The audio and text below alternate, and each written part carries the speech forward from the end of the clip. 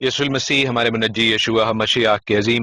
جلیل اور قدوس نام میں آپ کی سلامتی ہو۔ نبیوں کی کہانی پروگرام کے ساتھ ہارون خان آپ کی خدمت میں حاضر ہے، اور آج ہم پہلا سیموئیل اس کا 31واں باب فرسٹ سیموئیل چیپٹر 31 پڑھیں گے، سیکھیں گے، اور اس کتاب کو پہلا سیموئیل کو ہم کنکلوڈ کریں گے۔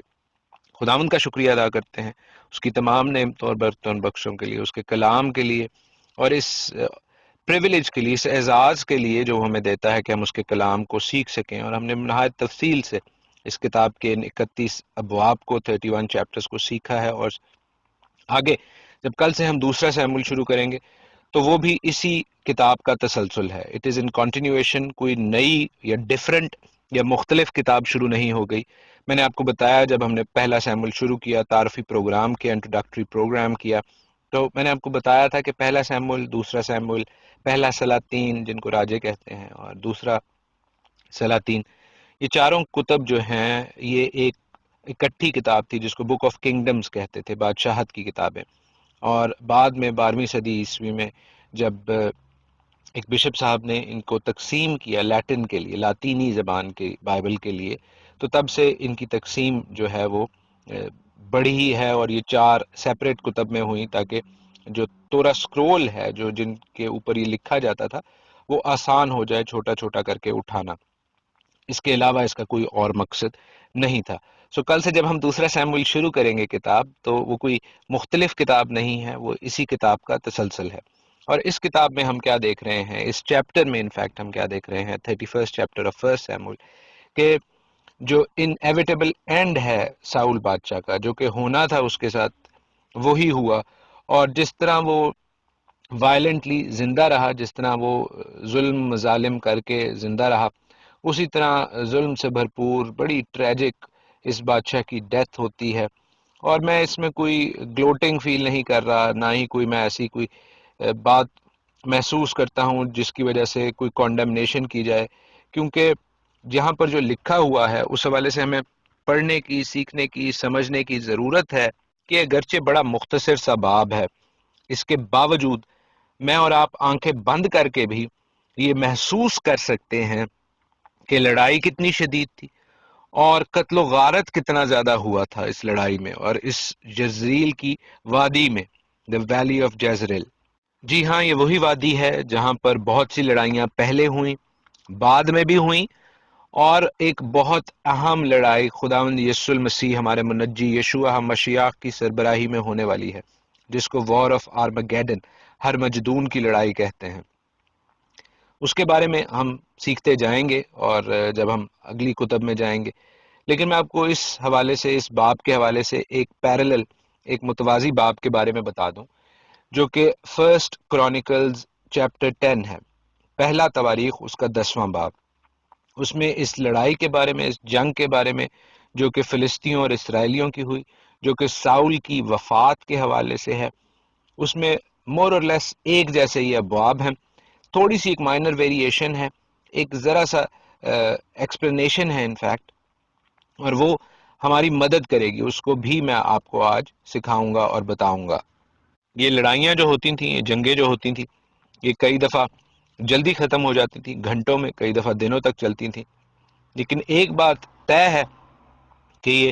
صبح سے شام تک ہوتی تھی۔ ڈارکنس جو ہے، تاریکی جو ہے، وہ دونوں سائڈز کے لیے ڈس ایڈوانٹیج ہوتی تھی، نقصان دہ ہوتی تھی، کیونکہ آپ دیکھ نہیں سکتے تھے اپنے دشمن کو، اپنے مخالف کو۔ تو ہم یہ دیکھتے ہیں کہ ایک ڈیسپریٹ سٹرگل یہاں پر ہمیں نظر آ رہی ہے۔ بہت ہی جلد فلسطینیوں نے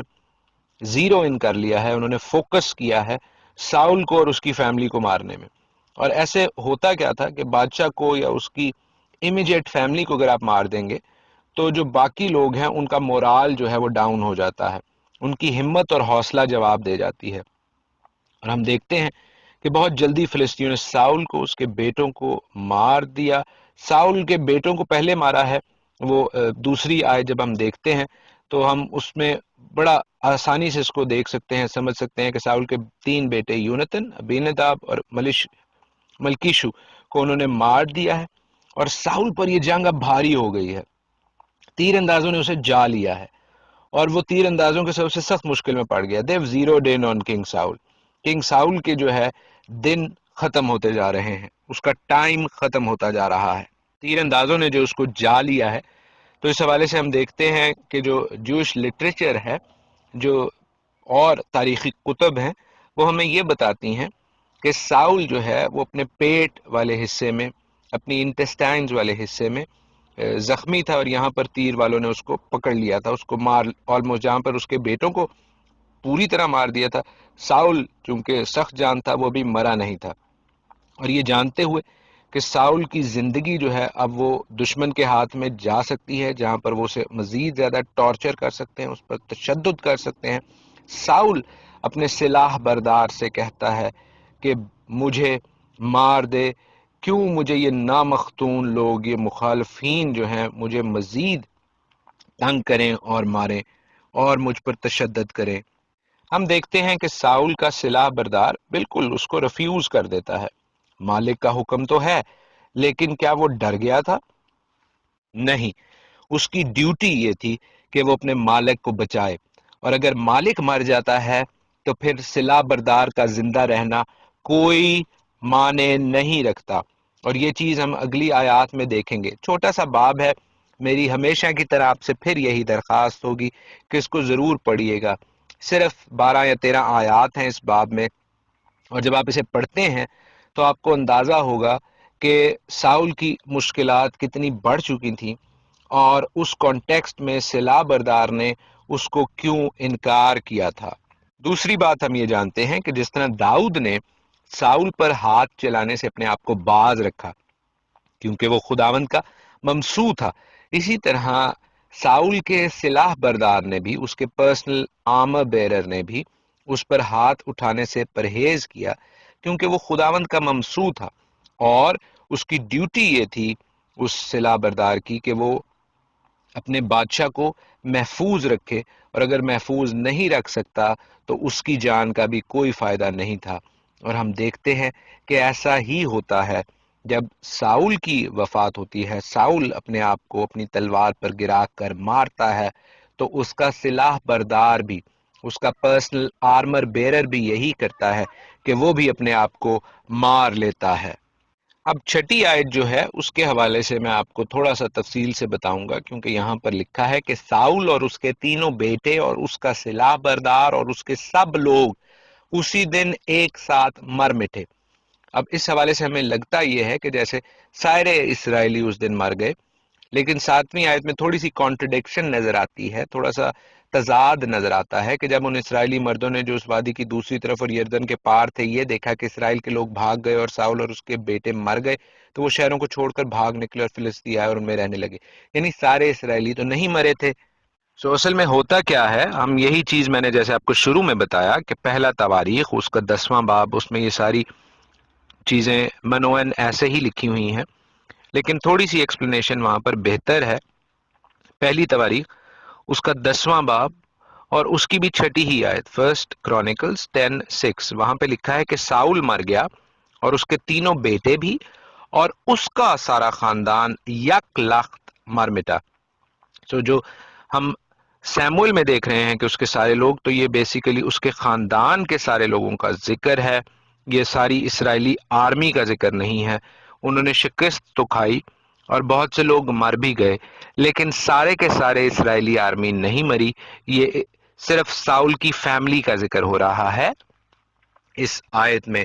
پہلا سیموئل اس کے 31ویں باب میں، جہاں پر لکھا ہے کہ ساؤل اور اس کے سارے لوگ مر گئے۔ اب ساؤل کے ساتھ ایک اہم شخصیت کو، ایک ملٹری کمانڈر کو ہم نہیں دیکھ رہے۔ اگر آپ نے میری گزشتہ آڈیو سنی ہے، اسپیشلی جب ہم دیکھتے ہیں کہ ساؤل داؤد کے ہاتھ میں تھا، وہ سو رہا تھا، اور داؤد ابنیر کے ساتھ جو ہے، جو اسرائیلی کمانڈر تھا، جو ساؤل کا محافظ تھا، اس کے ساتھ تھوڑا طنز بھی کرتا ہے، تو ہم دیکھتے ہیں کہ یہاں پہ ابنیر کا ذکر نہیں ہے، ابنیر کا ذکر بھی نہیں ہے، اور اشبوست کا ذکر بھی نہیں ہے جو ساؤل کا چوتھا بیٹا ہے۔ تو ان دونوں کیریکٹرز کے بارے میں یہاں پر کوئی تفصیل نہیں دی گئی ہوئی۔ کہا یہ جاتا ہے کہ ابنیر ایک لیجیٹیمیٹ، ایک ٹھیک اپنی ڈیوٹی پر کسی اور جگہ موجود تھا، اور ان دونوں اشخاص کے بارے میں، ابنیر اور اشبوست، ہم اگلے کچھ ابواب میں بڑی تفصیل سے سیکھیں گے۔ بہت ہی خوبصورت باتیں ہیں، خاص طور پر اشبوست کے حوالے سے، اور میں پرسنلی طور پر جب بھی ان چیزوں کو پڑھتا اور شیئر کرتا ہوں تو بہت برکت پاتا ہوں۔ 7ویں آیت میں ہم بڑا کلیئرلی دیکھتے ہیں کہ اسرائیل ایز اے نیشن بحیثیت ایک قوم اس شکست کو تسلیم کرتی ہے، اپنے شہروں سے وہ بھاگ جاتے ہیں، اور یہ وہ علاقے ہیں اسپیشلی جو کہ نارتھ کے ہیں، نارتھ آف اسرائیل، شمالی اسرائیل کے جنوب میں جو اسرائیل کا حصہ ہے، خاص طور پر یہودا کا ٹرائب اور سیمین کا ٹرائب، شمعون کا جو قبیلہ ہے، وہ چونکہ ایک ماؤنٹنس ایریا ڈیوائیڈ کرتا ہے نارتھ اور ساؤتھ آف اسرائیل کو، شمال اور جنوب اسرائیل کو، تو وہ محفوظ رہے اس ماؤنٹنس بیلٹ کی وجہ سے، اس پہاڑی پٹی کی وجہ سے، لیکن شمالی اسرائیل کا پرابلم کافی زیادہ بڑھ جاتا ہے۔ جیسے روایت ہے جنگ کے بعد جو پارٹی جیت جاتی ہے وہ ڈھونڈنا شروع کر دیتی ہے مال غنیمت، اور ان کی حیرت اور خوشی کی انتہا نہیں رہتی جب وہ دیکھتے ہیں کہ اسرائیل کا بادشاہ، اس کے 3 بیٹے جو ہیں وہ مرے پڑے ہیں، اور ہم دیکھتے ہیں کہ اسرائیل کی جو یہ شکست تھی وہ فلسطینیوں کی بہت بڑی کامیابی ان کی جو ہسٹری ہے اس میں تصور کی جاتی ہے، اور ان کے جو کپڑے تھے یا ان کا جو آرمر تھا، ان کا جو زرہ بختر تھی، وہ اتارنا تو ٹھیک ہے، فلسطینیوں کا حق بنتا تھا، لیکن ہم دیکھتے ہیں کہ وہ ساؤل کے اور ساؤل کے بیٹوں کے سر بھی کاٹ لیتے ہیں، جو کہ شاید جنگی قوانین میں اتنا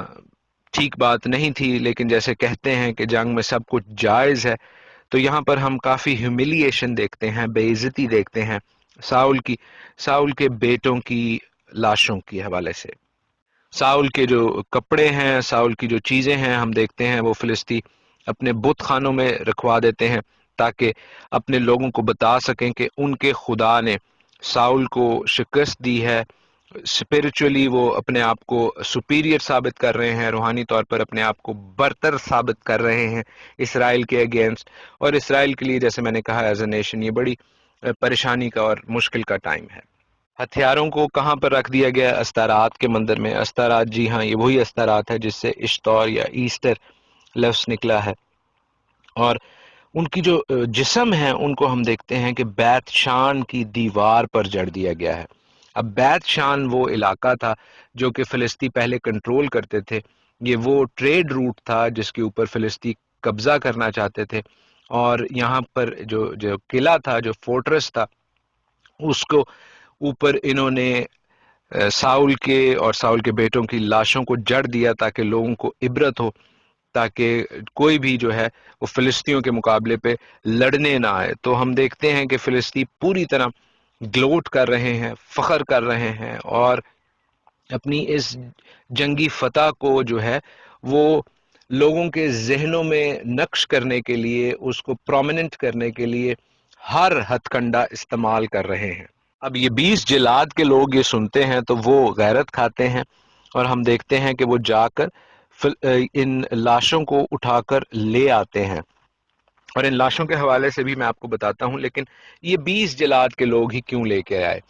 جو آپ میں سے لوگ میرے ساتھ شروع سے ان چیزوں کو سن رہے ہیں، جو نوٹس بنا رہے ہیں، وہ جانتے ہیں کہ یہ 20 کا اور بنیامین کا، اسپیشلی جہاں سے ساؤل تھا، بڑا گہرا تعلق تھا۔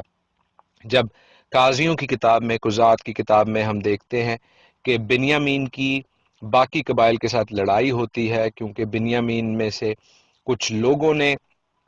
اس لاوی شخص کی حرم کے ساتھ برا سلوک کیا، اس کو بے عزت کر کے مار دیا، تو ہم دیکھتے ہیں کہ اسرائیل کے قبائل جو تھے باقی، وہ بنیامین کے اگینسٹ کھڑے ہوئے تھے، اس کے خلاف کھڑے ہوئے تھے، بنیامین کے ساتھ بہت بڑی جنگ ہوتی ہے، اور بنیامین کو آلموسٹ وہ وائپ آف کر دیتے ہیں، ان کو ختم کر دیتے ہیں، لیکن پھر اس قبیلے کو آگے بڑھانے کے لیے یہ فیصلہ کیا جاتا ہے کہ یہ 20 کی عورتوں سے اس کی شادی کی جاتی ہے، 600 کے قریب لوگ تھے، اور وہاں سے پھر ہم دیکھتے ہیں کہ بنیامین کا ٹرائب قبیلہ دوبارہ فلرش کرنا، دوبارہ پھلنا پھولنا شروع کرتا ہے۔ تو بنیامین کی اور یہ 20 کی جو ہے وہ کنیکشن تھا، وہ خون کا رشتہ تھا۔ تو ہم دیکھتے ہیں کہ بنیامینی اور یہ 20، اور پھر اب جب پہلا سیمول ہم نے پڑھا 11واں باب، جب امون کے بادشاہ ناحس نے یہ 20 جلاد کا محاصرہ کیا، تو ہم دیکھتے ہیں وہاں پر بھی جو ساؤل ہے وہ بڑا ایکٹیولی امونی نحس کے خلاف کھڑا ہوتا ہے کہ اس نے یہ 20 جلاد کا محاصرہ کیا ہے۔ تو اس کنیکشن کو یہاں پر ہم پھر دیکھ رہے ہیں، اگرچہ ہیں تو کچھ الفاظ ہی، لیکن میں نے آپ کو جس طرح بتایا، سو فار ریفرنس سے آپ پہلا سیموئل 11واں باب، فرسٹ سیموئل چیپٹر 11 پڑھ سکتے ہیں، اور جو قاضیوں کی کتاب کا حوالہ ہے وہ 19 اور 20 اور 21 باب، بک آف ججز چیپٹر 19، 20 اینڈ 21، جس سے آپ کو یہ 20 جلاد کا اور بنیامین کا کنیکشن جو ہے، ان کا جو تعلق ہے وہ سمجھ آ جائے گا۔ اور ہم دیکھتے ہیں کہ یہ 20 جلاد کے لوگ اپنے ان عزیزوں کی، اپنے بادشاہ کی لاشوں کو، اس کے بچوں کی لاشوں کو ریکور کرتے ہیں، واپس لے کر آتے ہیں تاکہ ان کو بری کیا جا سکے۔ جو کنسرننگ پریشانی کی بات یہ ہے کہ ساؤل اور اس کے بیٹوں کی لاشوں کو تو یہ لے آتے ہیں، لیکن ان کو وہاں پر جلا دیتے ہیں اور صرف ان کی ہڈیوں کو جو ہے یہ دفن کرتے ہیں۔ تو جو لاشوں کو جلانا ہے وہ تو ٹھیک بات نہیں ہے، وہ تو کافی جو ہے ہم نے اس کے بارے میں پڑھا ہے لیویٹیکس 20:14، احبار 20:14 باب میں، 20 باب 14 آیت سوری، کہ جو جلانا ہے دیٹ از ناٹ رائٹ۔ لیکن انہوں نے کیوں جلایا؟ اس حوالے سے جو تحقیق دان بات کرتے ہیں اور سارا مانا جاتا ہے وہ یہ ہے، چونکہ یہ لاشیں کافی دنوں کے لیے لٹکائی گئی تھیں، اور جو ڈیکے کا عمل ہے، جو کہ لاشیں ڈیکمپوز ہونا شروع ہو جاتی ہیں، اور پھر پرندوں نے ان کی لاشوں کو جو ہے، اسکیونجرز جو گدھ ہوتے ہیں، انہوں نے ان کی لاشوں کو نوچا ہوا تھا، جو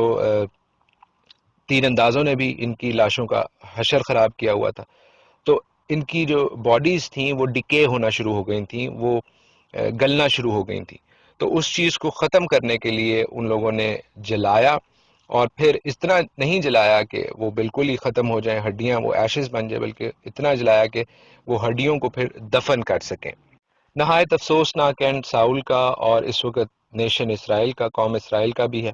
لیکن ہم جب کل سے دوسرا سیموئیل شروع کریں گے تو ہم داؤد کی بادشاہ بننے کی سٹوری دیکھیں گے، اور کس طرح خداوند اس قوم کو متحد اور اکٹھا اور برکت دیتا ہے وہ دیکھیں گے۔ خداوند آپ کو بہت برکت دے۔ God bless you all.